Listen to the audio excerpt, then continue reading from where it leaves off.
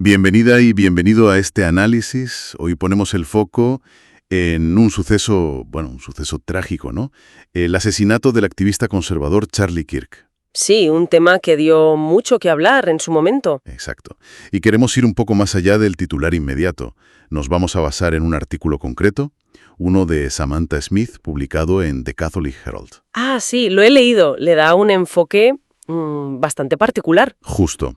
No se queda solo en lo político o criminal, sino que lo plantea como una profunda crisis espiritual. Eso es. Y creo que ahí está la clave de lo que vamos a comentar hoy, ¿verdad? Ver esa perspectiva. Precisamente. Nuestra idea es desgranar un poco ese punto de vista, examinar los hechos como los cuenta, las reacciones que destaca y, sobre todo, qué visión ofrece sobre nuestra cultura, la dignidad humana, a raíz de este evento tan terrible. A ver qué podemos sacar en claro de esa lectura. Venga, pues arranquemos con los hechos, tal como los narra este artículo. Charlie Kirk, el fundador de Turning Point USA, estaba en Utah, en la Universidad del Valle. Sí, en un evento de su gira, la American Comeback Tour. Eso es. Y estaba bajo una carpa con un lema, bastante directo. Demuéstrame que me equivoco. Una ironía terrible, la verdad. Sí, el artículo lo subraya, porque fue justo ahí donde recibió un disparo, mortal, en el cuello. Un único disparo, desde un edificio cercano, según el texto. Sí. Y falleció allí mismo. Y ahí el artículo, como decías, no pierde tiempo. Va directo al núcleo de su argumento. Exacto. Plantea que esto no es solo política, lo llama crisis espiritual. ¿Y cómo lo justifica? ¿En qué se basa para decir eso? Pues nos recuerda la parte más personal de Kirk. Dice que era esposo, padre, un cristiano comprometido y sugiere que su motor no era tanto la ira, sino la convicción, la defensa de ciertas libertades. O sea que atacarle a él... Desde esta óptica del artículo, claro, no era solo callar una voz política. Era también, digamos, herir ese espíritu, esos valores que él intentaba representar. Entendido. Entonces el mensaje es, ojo, que esto no es solo otro episodio más de la polarización y las guerras culturales que vamos todos los días. Quiere que lo veamos de una forma más honda, sí.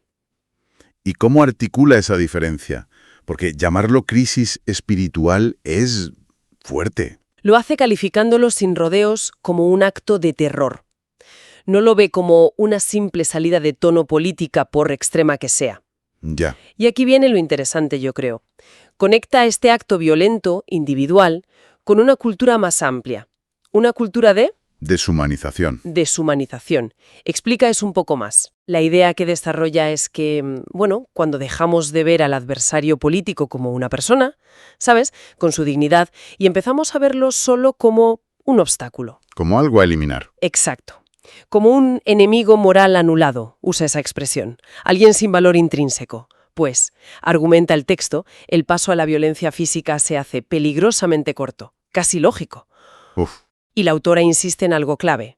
La violencia nunca convence. Solo destruye el respeto y la propia autoridad moral del que la usa, ¿no? Claro. Y para que no pensemos que es un caso único, aislado, el artículo menciona otros ejemplos, ¿no? Para reforzar esa idea del clima cultural. Efectivamente. No se centra solo en Erkets. Señala que no es un incidente único, para dar más peso a su tesis. ¿Cómo cuáles? Pues recuerda amenazas o ataques previos a figuras como Donald Trump, sí, pero también a demócratas. Menciona a John Hoffman y Melissa Hartman. Ah, o sea, de ambos lados. Sí. La idea parece ser mostrar que la diana puede cambiar, que la vulnerabilidad es transversal. El texto lo resume con esa frase de «mañana podría ser cualquiera». Impactante. Busca ampliar el foco, que no pensemos solo en los políticos famosos. Exacto. Periodistas, manifestantes, cualquiera que exprese una opinión, ¿no? Que sintamos que el riesgo es compartido. Vale.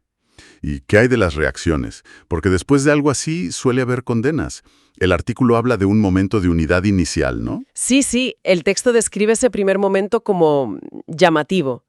Líderes de ideologías muy distintas salieron rápido a condenar el asesinato. Por ejemplo. Pues menciona al gobernador republicano de Utah, Spencer Cox, pidiendo justicia, al demócrata de California, Gavin Newsom, usando palabras muy duras. Repugnante, vil... Ya veo.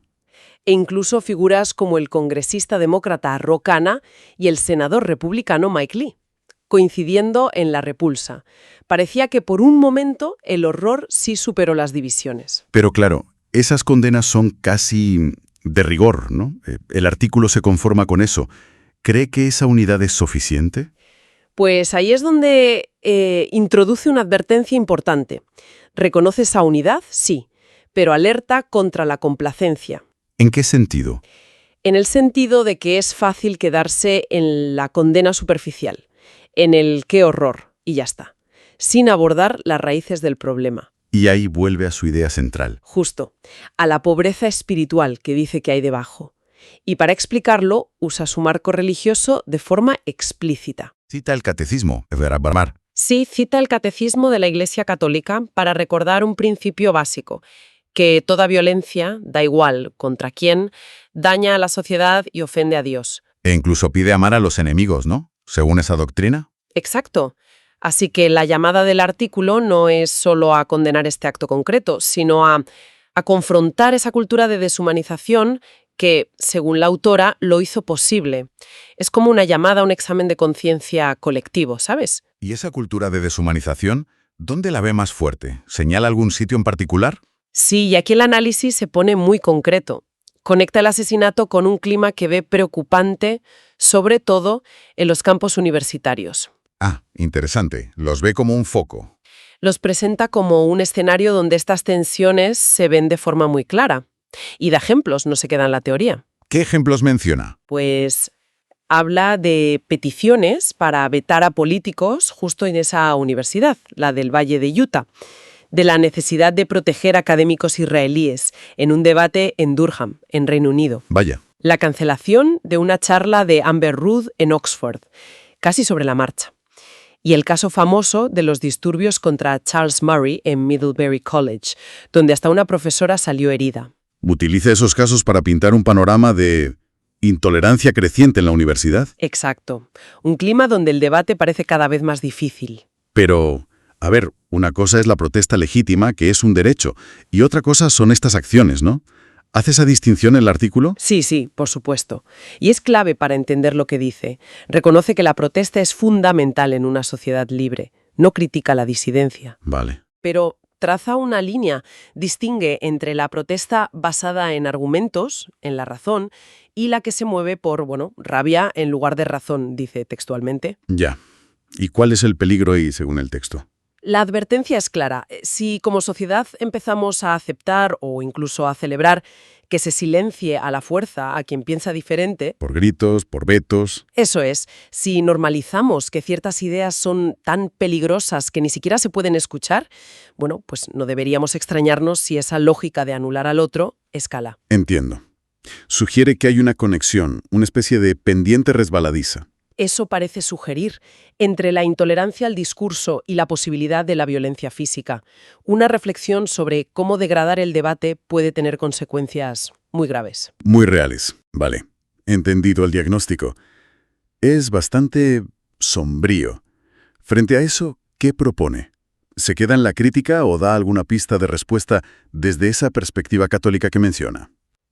No se queda solo en la crítica. Perfila una respuesta coherente con su análisis. No tanto política o policial, aunque no la excluye, sino más bien espiritual y cívica. ¿Y en qué consiste esa respuesta?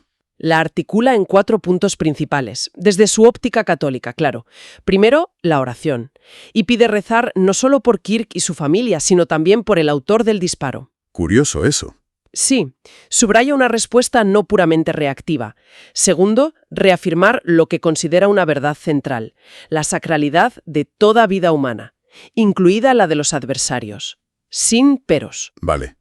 Tercero, una llamada a la contención personal, a resistir la tentación, que reconoce que puede ser fuerte, de responder al odio con más odio, romper el ciclo. ¿Y el cuarto punto cuál era? El cuarto es una exigencia a las instituciones, especialmente las educativas. Deben proteger el espacio para que se oigan todas las voces, incluso las que nos molestan profundamente. Aunque no nos gusten nada. Precisamente. La lógica es que silenciar no es ganar, es empobrecer a toda la sociedad, debilitar el bien común. El artículo termina de forma muy densa, contundente. Dice que se ha cruzado una línea Y que esto es un ajuste de cuentas cívico y espiritual. Suena muy serio. ¿Qué quiere decir con eso exactamente? ¿Cuál es la esencia de ese ajuste de cuentas? Yo creo que esa frase final resume todo el mensaje. Lo que parece querer decir es que para captar la gravedad real de esto, no basta con verlo como un crimen aislado. Hay que ir más allá. Sí, nos empuja a verlo como algo simbólico. Un ataque directo al derecho a hablar, a reunirse, a discrepar, pilares de la democracia. Y desde su marco religioso, Y desde ahí, también un ataque a la dignidad, que según esa visión, Dios da a cada persona. Piense lo que piense, sin excepciones. entonces el ajuste de cuentas sería como un momento de la verdad. Algo así. Una llamada urgente a la sociedad para que se mire al espejo. ¿Estamos manteniendo esos valores fundamentales o los estamos dejando erosionar? Y la advertencia final es... Es severa. Si olvidamos esa dignidad básica del otro, sobre todo del que piensa distinto, no solo nos arriesgamos a más violencia como esta, nos arriesgamos a algo más profundo, a perder nuestra propia alma como pueblo. Palabras mayores. Desde luego, el mensaje final es una condena absoluta de la violencia como herramienta. La violencia, remata, nunca puede ser la respuesta, ni un argumento válido en una sociedad que quiera ser justa y libre, y desde su punto de vista moralmente sana. Pena claro, sí. Este análisis del Catholic Herald nos da una lectura muy específica, muy potente, del asesinato de Charlie Kirk.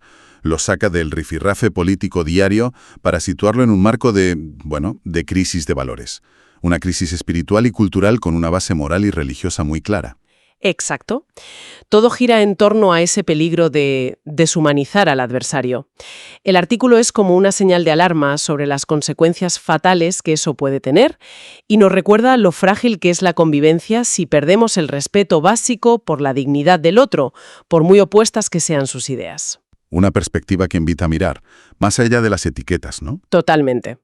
Y bueno, con esa reflexión sobre la dignidad, la deshumanización, cerramos esta exploración de hoy centrada en la visión de este artículo.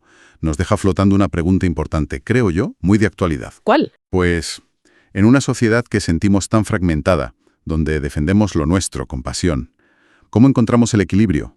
¿Cómo defender fuerte lo que creemos sin dejar de reconocer la humanidad básica del que piensa radicalmente diferente? Esa es la pregunta del millón, ¿eh? Pues sí. Una cuestión compleja para seguir dándole vueltas mucho después de que acabemos aquí.